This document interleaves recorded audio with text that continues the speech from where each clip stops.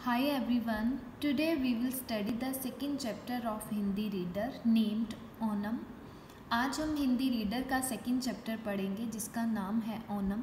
तो ओनम एक त्यौहार है। भारत में पूरा साल अलग अलग राज्यों के अंदर अलग अलग त्यौहार मनाया जाता है, तो उसी में से एक त्यौहार है ओनम, जो हमारा केरल राज्य है वहाँ का बहुत ही प्रसिद्ध त्यौहार है। तो आओ आज हम इसके बारे में पढ़ेंगे। हमारे देश भारत में पूरे वर्ष अनेक त्यौहार मनाए जाते हैं। इनमें से कुछ ऐसे हैं जिन्हें पूरे देश में समान रूप से मनाया जाता है और कुछ अंचल विशेष के त्यौहार हैं। तो क्या दिया है कि भारत में बहुत सारे त्यौहार मनाए जाते हैं। कुछ ऐसे त्यौहार हैं जो पूरे भारत के अंदर मनाए जाते हैं, जैसे होली होगी, दिवाली होगी। लेकिन कुछ ऐसे त्यौहार भी हैं जो किसी राज्य का होता है, जहाँ किसी पर्टिकुलर जगह का होता है। जैसे वैसाखी लगा लो, वो पंजाबियों का त्यौहार है तो वो पंजाब में मनाया जाता है। सेम क्या है, जो ओनम है वो क्या है, दक्षिण भारत के केरल राज्य का एक प्रसिद्ध त्यौहार है। इसे सारे राज्य में बड़े उत्साह और उल्लास के साथ मनाया जाता है।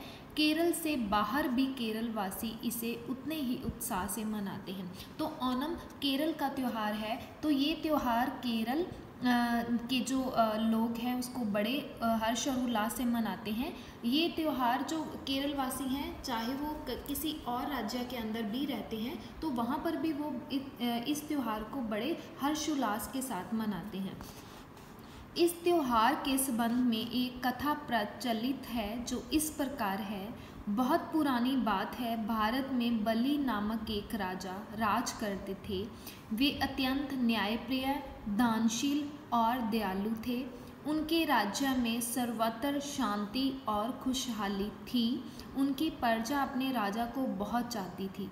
उनकी दानशीलता की परीक्षा लेने के लिए देवताओं ने मिलकर भगवान विष्णु को एक वामन मतलब बोने ब्राह्मण के रूप में पृथ्वी पर भेजा। तो क्या था, एक समय की बात है, कौन सा भारत में बलि नामक एक राजा हुआ करता था। वो राजा बहुत ही अच्छा था, बहुत ही दयालु था, दान करने वाला था और न्यायप्रिय था, मतलब लोगों के साथ इंसाफ करता था। जो उस राजा की जो प्रजा थी वो भी राजा से बहुत ही खुश थे। तो उसकी ना जो दान देने की भावना थी, दानशीलता की परीक्षा लेने के लिए देवताओं ने क्या किया, भगवान विष्णु को एक ब्राह्मण के रूप में ना धरती पे भेज दिया। राजा बलि के पास पहुंचकर बोने ब्राह्मण ने राजा बलि से दान में केवल 3 कदम धरती मांगी। उनकी इस मांग को दानशील राजा ने खुशी खुशी स्वीकार कर लिया। तो बोने ब्राह्मण के रूप में कौन आया था, भगवान विष्णु जी आए थे। उन्होंने क्या मांगा, 3 कदम धरती मांगी थी। और जो राजा बलि थे उसने क्या किया, जो ब्राह्मण को बड़ी खुशी खुशी उसकी मांग को स्वीकार कर लिया। ब्राह्मण ने अपना वामन रूप त्याग कर विशाल रूप धारण कर लिया। उसने अपना पहला कदम बढ़ाकर सारी पृथ्वी नाप ली, दूसरे कदम में आकाश नाप लिया। अब तीसरा कदम बढ़ाकर कुछ और नापने की जगह ही नहीं बची थी। तो क्या किया, 3 कदम उसने धरती मांगी। तो जो ब्राह्मण था उसने क्या किया, अपना वामन रूप त्याग कर विशाल रूप धारण कर लिया, क्योंकि वो तो भगवान जी थे तो उन्होंने बड़ा रूप धारण कर लिया। तो उनका जो पहला कदम इतना बड़ा था कि उन्होंने सारी धरती को नाप लिया। दूसरे कदम के अंदर उन्होंने आकाश को नाप लिया। अब कुछ ऐसा बचा ही नहीं था कि वो तीसरे कदम के अंदर नाप सकते। तो क्या हुआ, इस तरह राजा बलि का वचन पूरा न हो पाया, क्योंकि राजा ने बोला था कि मैं तेरे तीनों जो 3 कदम मैं धरती तुम्हें दे दूंगा। तो जो ब्राह्मण ने तो अपना जो विशाल रूप धारण करके 2 कदम में ही सारी चीज़ें ले ली और तीसरे कदम के लिए कुछ बचा ही नहीं था। तो ये राजा बलि का ये वचन पूरा ना हो पाया। अपने वचन को पूरा करने के लिए राजा बलि घुटने टेक कर नीचे बैठ गए। उन्होंने तीसरा कदम रखने के लिए अपना शीश उस ब्राह्मण के आगे झुका दिया। क्या किया, उनको था कि अपने घुटने टेक दिए और बोले कि जो तीसरे कदम रखने के लिए उन्होंने अपना जो शीश था मतलब सिर था वो ब्राह्मण के आगे झुका दिया। ब्राह्मण द्वारा पैर रखते ही राजा बलि पृथ्वी छोड़कर पाताल लोक जाने लगे। तो क्या किया, तो ब्राह्मण ने क्या किया, अपना जो पैर था वो राजा बलि के ऊपर रख दिया, शीश के ऊपर। तो क्या हुआ, वो पृथ्वी को छोड़ के पाताल लोक जाने लगे। पृथ्वी को छोड़ दिया उन्होंने। वहाँ जाने से पहले राजा बलि ने उनसे प्रार्थना की कि उन्हें वर्ष में एक बार अपने राज्य में लौटकर अपनी प्रजा से मिलने की अनुमति दी जाए। तो क्या हुआ, पैर रखने से क्या हुआ, वो जो ब्राह्मण के पैर रखने से जो राजा बलि थे वो पृथ्वी को छोड़ के पाताल लोक जाने लगे। लेकिन उन्होंने क्या किया, राजा बलि ने उनसे प्रार्थना की कि मुझे साल में एक बार प्रजा से मिलने की अनुमति दी जाए, मैं एक बार अपनी प्रजा से मिल सकूं। तो क्या किया, आगे भगवान विष्णु ने उनकी यह प्रार्थना स्वीकार कर ली। कहा जाता है कि वर्ष में एक दिन राजा बलि अपने राज्य में लौटते हैं। तो क्या किया हुआ, जो उनकी प्रार्थना थी वो भगवान विष्णु ने स्वीकार कर ली। तो तभी से ये माना जाता है कि जो राजा बलि है वो साल में एक बार लौटते हैं। केरल वासी उनके लौटने की खुशी में ही ओणम का यह त्यौहार मनाते हैं। केरल वासी उन्हें महाबली कहते हैं।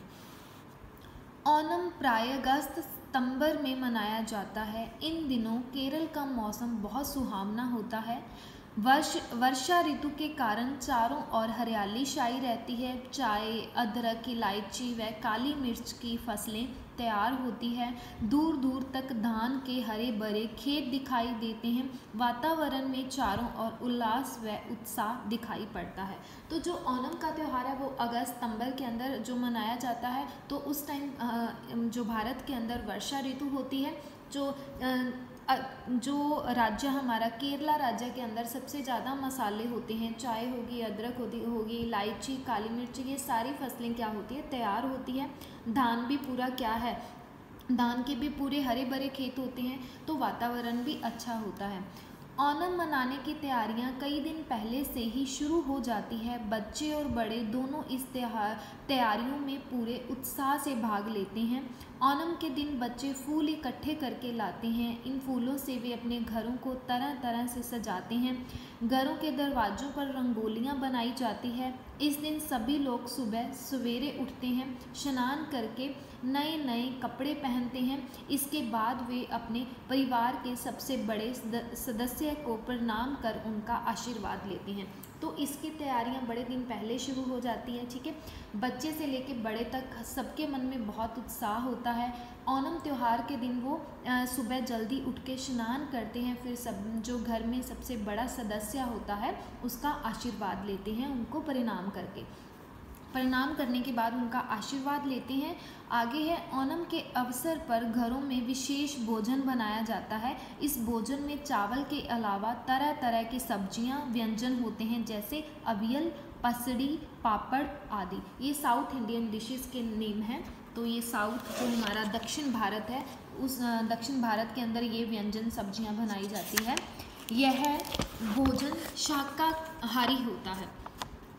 तो केरल में नारियल बहुत होते हैं, इसलिए भोजन में इसका बहुत इस्तेमाल किया जाता है।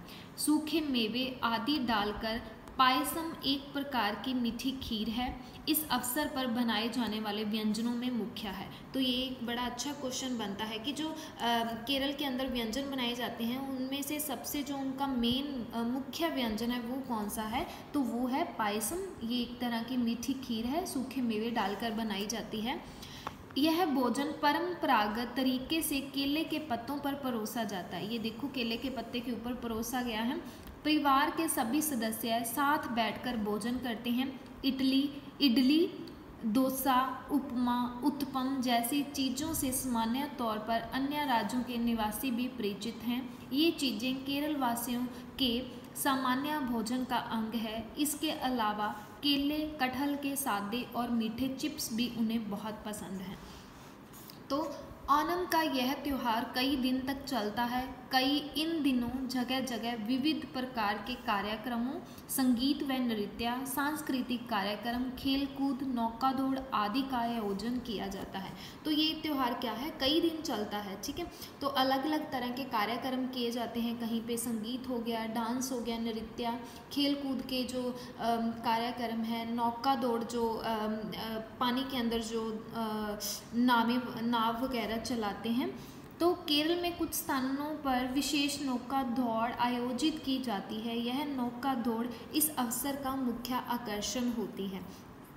नौका दौड़ के लिए सबके मन में बहुत वो होता है कि हाँ ये कार्यक्रम तो हमने देखना ही है। इस दौड़ में भाग लेने वाली नौकाओं पर भिन्न भिन्न आकृतियाँ बनी होती हैं। किसी पर सांप की आकृति तो किसी पर मछली, मोर आदि की आकृति। ये नौकाएं इतनी बड़ी होती है कि इनमें से प्रत्येक में बहुत सारे आदमी बैठकर इन्हें दौड़ाते हैं। तो ये जो नाव होती है, नौकाएं होती हैं, बहुत बड़ी होती है, काफ़ी आदमी इसके अंदर बैठ के इस नाव को दौड़ा सकते हैं। नाव चलाने वाले सब मिलकर गीत गाते हैं। नौका दौड़ के समय एक अद्भुत दृश्य उपस्थित हो जाता है। इसे देखने के लिए देश के अन्य भागों के साथ साथ विदेशी पर्यटक भी बड़ी संख्या में केरल आते हैं। लोगों की भीड़ किनारे पर जमा होकर दौड़ में भाग लेने वालों का उत्साह बढ़ाती है। यह दृश्य बड़ा ही मनोहारी होता है। इस प्रकार ओणम का यह त्यौहार आनंद और उल्लास के साथ संपन्न होता है।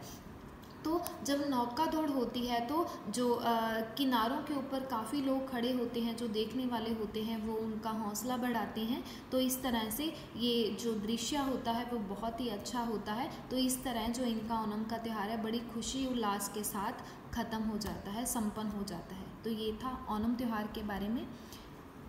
इसको अच्छे से समझना। बुक वर्क, आपके क्वेश्चन आंसर सारे इसी के अंदर से आएंगे।